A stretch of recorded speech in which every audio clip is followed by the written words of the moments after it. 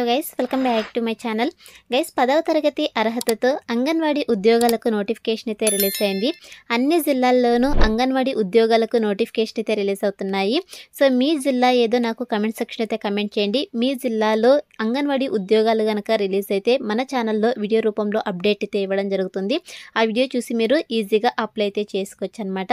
Guys, ఎటువంటి exam అయితే ఉండదు, ఎటువంటి ఫీ కూడా పే చేయాల్సిన అవసరం లేదనమాట. ఫ్రీగా అప్లై అయితే చేసుకోవచ్చు. ఏ విధంగా అప్లై చేసుకోవాలో కూడా నేను ఇదే వీడియోలో మీకు ఎక్స్ప్లెయిన్ చేస్తాను. టైం అయితే చాలా తక్కువ ఉంది, వెంటనే అప్లై చేసుకోవడానికి ట్రై చేయండి. ఎటువంటి ఎగ్జామ్ ఉండదు, ఓన్లీ సర్టిఫికేట్స్ చూసి వీళ్ళు జాబ్ అయితే ఇవ్వడం జరుగుతుంది అనమాట. అంటే మెరిట్ ఆధారంగా జాబ్ అయితే ఇవ్వడం జరుగుతుంది కాబట్టి మ్యాక్సిమం అప్లై చేసుకోవడానికి ట్రై చేయండి. ఈ నోటిఫికేషన్కి సంబంధించి పూర్తి డీటెయిల్స్, అదేవిధంగా అప్లికేషన్ ప్రాసెస్ డీటెయిల్స్ చూసే ముందు ఇంకా మన ఛానల్ని ఎవరైనా సబ్స్క్రైబ్ చేసుకోకపోతే సబ్స్క్రైబ్ చేసుకుని పక్కనే ఉన్న బెల్ ఐకాన్ అయితే యాక్టివేట్ చేసుకోండి. అండ్ అలాగే వీడియోకి ఒక చిన్న లైక్ చేసి సపోర్ట్ అయితే చేయండి ఫ్రెండ్స్. ఇంకా లేట్ చేయకుండా డీటెయిల్స్ అయితే చూసేద్దాం. గైస్, ఈ నోటిఫికేషన్ ద్వారా 3 రకాల పోస్టులను అయితే భర్తీ చేస్తున్నారు. సో ఇక్కడ పోస్టర్ డీటెయిల్స్ కనుక చూసుకున్నట్లయితే అంగన్వాడీ కార్యకర్త వచ్చేసి 11 పోస్టులు, అంగన్వాడీ సహాయకురాలు వచ్చేసి 93 పోస్టులు, మినీ అంగన్వాడీ కార్యకర్త వచ్చేసి 12 పోస్టులు అయితే ఉన్నాయి. టోటల్గా మనకు 116 పోస్టులు అయితే ఇక నోటిఫికేషన్ ద్వారా భర్తీ చేస్తున్నారు అనమాట. ఈ నోటిఫికేషన్కి అప్లై చేసుకోవడానికి ఏజ్ లిమిట్ కనుక చూసుకున్నట్లయితే 1/7/2024 నాటికి మీకు 21 to 35 ఇయర్స్ వరకు ఏజ్ ఉన్న వాళ్ళైతే అప్లై చేసుకోవచ్చు అనమాట. అదేవిధంగా వివాహిత మహిళలై ఉండాలని చెప్పేసి క్లియర్గా మెన్షన్ చేయడం జరిగింది. అంటే పెళ్ళైన మహిళలు అయితే ఈ నోటిఫికేషన్కి అప్లై అయితే చేసుకోవచ్చు. మరి నోటిఫికేషన్కి అప్లై చేసుకోవడానికి ఎడ్యుకేషనల్ క్వాలిఫికేషన్స్ కనుక చూసుకున్నట్టే గైస్, ఇక 3 రకాల పోస్టులకు కూడా 10వ తరగతి పాస్ అయిన వాళ్ళైతే అప్లై అయితే చేసుకోవచ్చు అనమాట. ఇక 3 పోస్టులకి కూడా సో మినిమం మీ దగ్గర 10th పాస్ అయినటువంటి సర్టిఫికేట్ కనుక ఉన్నట్టే ఇక నోటిఫికేషన్కి అప్లై అయితే చేసుకోవచ్చు అనమాట. అండ్ నెక్స్ట్ వచ్చేసి ఎక్కడైతే ఎస్సీ ఎస్టీ అంగన్వాడీ కేంద్రాలు ఉంటాయో అక్కడ వచ్చేసి 21 ఇయర్స్ ఏజ్ ఉన్న వాళ్ళు అందుబాటులో లేకపోతే 18 ఇయర్స్ ఏజ్ ఉన్న వాళ్ళని ఎంపిక చేస్తాము అని చెప్పేసి క్లియర్గా మెన్షన్ చేయడం జరిగింది. అంటే 18 to 35 ఇయర్స్ ఏజ్ ఉన్న వాళ్ళు కూడా ఇక నోటిఫికేషన్కి అప్లై అయితే చేసుకోవచ్చు అనమాట. అండ్ నెక్స్ట్ వచ్చేసి ఇక పోస్టులకి సెలెక్షన్ ప్రాసెస్ ఏ విధంగా ఉంటుందని చెప్పేసి క్లియర్గా మెన్షన్ చేయడం జరిగింది. గైస్, ఇక్కడ చూడండి క్లియర్గా మెన్షన్ చేయడం జరిగింది. ఎటువంటి ఎగ్జామ్ అయితే ఉండదన్నమాట. సో టోటల్గా మనకు 100 మార్క్స్కి అయితే సెలెక్షన్ ప్రాసెస్ అయితే కండక్ట్ చేయడం జరుగుతుంది. సో మీరు ఏదైతే 10th పాస్ అయినటువంటి సర్టిఫికేట్ ఉంటుందో సో దానికి వచ్చేసి మనకు 50 మార్క్స్ కేటాయించడం జరిగింది. ఈ విధంగా pre school teacher training qualification కనుక ఉన్నట్టయితే మీకు 5 మార్క్స్ అయితే యాడ్ చేయడం జరుగుతుంది. ఒకవేళ వీడియో కనుక అయినట్టయితే 5 marks, video with minor childrens కనుక ఉన్నట్టయితే 5 మార్క్స్ అయితే యాడ్ చేయడం జరుగుతుంది. అదేవిధంగా ఇక్కడ చూడండి ఆర్ఫన్స్, అంటే ఎవరికైతే తల్లిదండ్రులు లేకుండా ఉంటారో సో వాళ్ళకి వచ్చేసి 10 మార్క్స్ అయితే ఇవ్వడం జరుగుతుంది అనమాట. నెక్స్ట్ వచ్చేసి పీడబ్ల్యూడీ క్యాండిడేట్స్ కనుక అయినట్టయితే 5 మార్క్స్ అయితే ఇవ్వడం జరుగుతుంది. ఓవరాల్ ఇంటర్వ్యూ వచ్చేసి మనకు 20 మార్క్స్ అయితే కండక్ట్ చేయడం జరుగుతుంది అనమాట. సో ఈ విధంగా మనకు టోటల్గా 100 మార్క్స్కి సెలెక్షన్ ప్రాసెస్ అయితే ఉంటుంది. ఎటువంటి రిటర్న్ ఎగ్జామ్ అయితే ఉండదన్నమాట.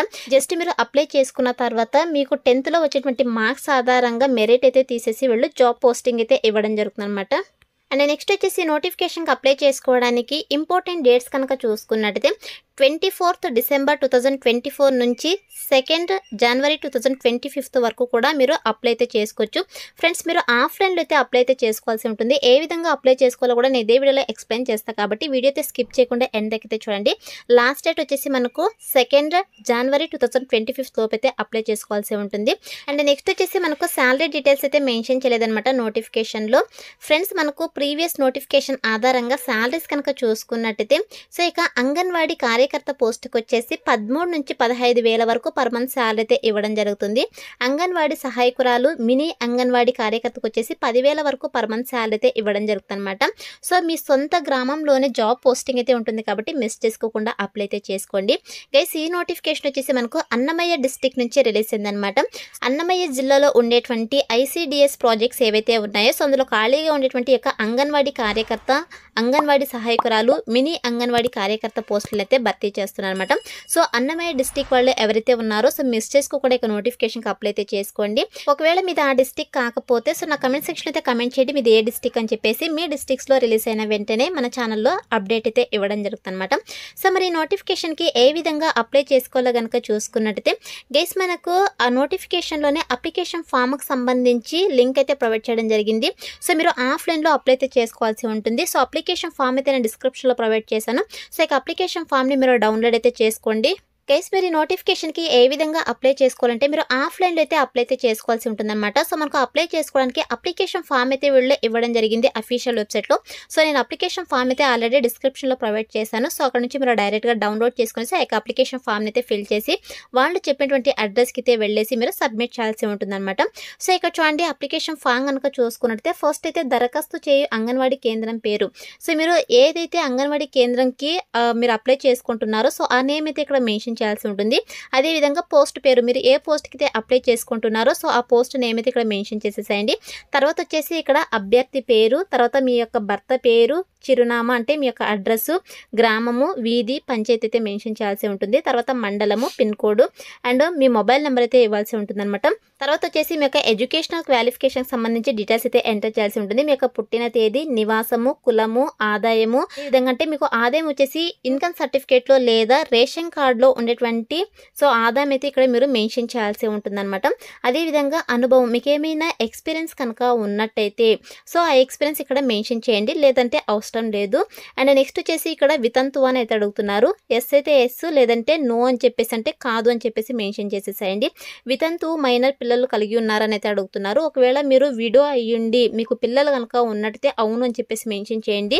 లేకపోతే కాదు అని చెప్పేసి మెన్షన్ చేసేసేయండి. అండ్ నెక్స్ట్ వచ్చేసి ఇక్కడ మీరు అనాథ అని అయితే అడుగుతున్నారు. సో, ఒకవేళ ఎస్ అయితే ఎస్, నో అయితే నో అని చెప్పేసి మెన్షన్ చేసేసేయండి. అండ్ నెక్స్ట్ వచ్చేసి ఇక్కడ వికలాంగులై ఉన్నారని అయితే అడుగుతున్నారు. అంటే పీడబ్ల్యూడీ క్యాండిడేట్ కనుక అయినట్టయితే ఇక్కడ ఎస్ పెట్టండి లేదంటే నో అని చెప్పేసి మెన్షన్ చేసేసేయండి.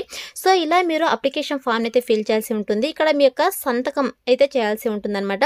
సో, సంతకం చేసిన తర్వాత ఈ అప్లికేషన్ ఫామ్‌తో పాటు మీ యొక్క ఎడ్యుకేషనల్ సర్టిఫికేట్స్ అయితే అటాచ్ చేయాల్సి ఉంటుందన్నమాట. ఈ అప్లికేషన్ ఫామ్‌తో పాటు ఏమేమి సర్టిఫికేట్స్ అటాచ్ చేయాలో కనుక చూసుకున్నట్టయితే సో, ఇక్కడ చూడండి మనకు అప్లికేషన్ ఫామ్‌లోనే మీరు క్లియర్‌గా చెక్ చేసుకోవచ్చు. మీ యొక్క 10th సర్టిఫికేట్ అయితే అటాచ్ చేయాల్సి ఉంటుంది. అదేవిధంగా పుట్టిన తేదీ సో, బర్త్ సర్టిఫికేట్ అయితే మీరు అటాచ్ చేయాల్సి ఉంటుంది. ఇన్ కేస్ మీ దగ్గర బర్త్ సర్టిఫికేట్ లేకపోతే 10th సర్టిఫికేట్‌ని కన్సిడర్ చేస్తారనమాట. అదేవిధంగా మీరు ఆధార్ కార్డ్ అయితే అటాచ్ చేయాల్సి ఉంటుంది. అండ్ క్యాస్ట్ సర్టిఫికేట్, అదేవిధంగా రేషన్ కార్డ్ సర్టిఫికేట్, మీకు ఏమైనా ఎక్స్పీరియన్స్ కనుక ఉన్నట్టయితే ఎక్స్పీరియన్స్ సర్టిఫికేట్ అయితే మెన్షన్ చేయాల్సి ఉంటుంది. అదేవిధంగా పీడబ్ల్యూడీ క్యాండిడేట్ కనుక అయినట్టయితే పీడబ్ల్యూడీ సర్టిఫికేట్ కూడా అటాచ్ చేయాల్సి ఉంటుందన్నమాట. సో, ఈ సర్టిఫికేట్స్ అన్నీ కూడా మీరు ఈ యొక్క అప్లికేషన్ ఫామ్‌తో పాటు అటాచ్ చేసేసి అప్లికేషన్ ఫామ్‌ని అయితే వాళ్ళు చెప్పినటువంటి అడ్రస్‌కి అయితే వెళ్ళి సబ్మిట్ చేయాల్సి ఉంటుందన్నమాట. సో, మరి అప్లికేషన్ ఫామ్‌ని సబ్మిట్ చేసినటువంటి అడ్రస్ కనుక చూసుకున్నట్టయితే ఇక్కడ చూడండి జిల్లా మహిళా అండ్ శిశు సంక్షేమ అండ్ సాధికారిత అధికారి వారి కార్యాలయం అన్నమయ్య. సో, మీరు ఇక్కడికైతే వెళ్ళి మీ అప్లికేషన్ ఫామ్‌ని అయితే సబ్మిట్ చేయాల్సి ఉంటుందన్నమాట.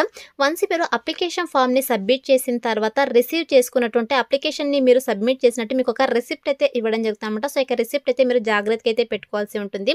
ఎందుకంటే మీరు ఈ పోస్ట్‌కి సెలెక్ట్ అయిన తర్వాత సో, మీరు ఆ రిసిప్ట్ అయితే తీసుకెళ్లాల్సి ఉంటుంది కాబట్టి సో, కంపల్సరీగా మీరు ఆ రిసిప్ట్ అయితే తీసుకొనేసి జాగ్రత్తగా పెట్టుకోండి. సో, ఈ విధంగా మీరు ఆఫ్‌లైన్‌లో అప్లై అయితే చేసుకోవాల్సి ఉంటుందన్నమాట. ఇది ఫ్రెండ్స్ మనకు అన్నమయ్య డిస్ట్రిక్ట్ నుంచి రిలీజ్ అయినటువంటి నోటిఫికేషన్కి సంబంధించి ఇంపార్టెంట్ లింక్స్ అన్ని కూడా డిస్క్రిప్షన్లో ప్రొవైడ్ చేశాను. సో, అక్కడ నుంచి మీరు డైరెక్ట్గా ఆఫ్లైన్లో అప్లై అయితే చేసుకోండి ఫ్రెండ్స్. సో, ఇది ఫ్రెండ్స్ ఇవాల్టి వీడియో. మరొక మంచి వీడియోతో మళ్ళీ కలుద్దాం. Thank you.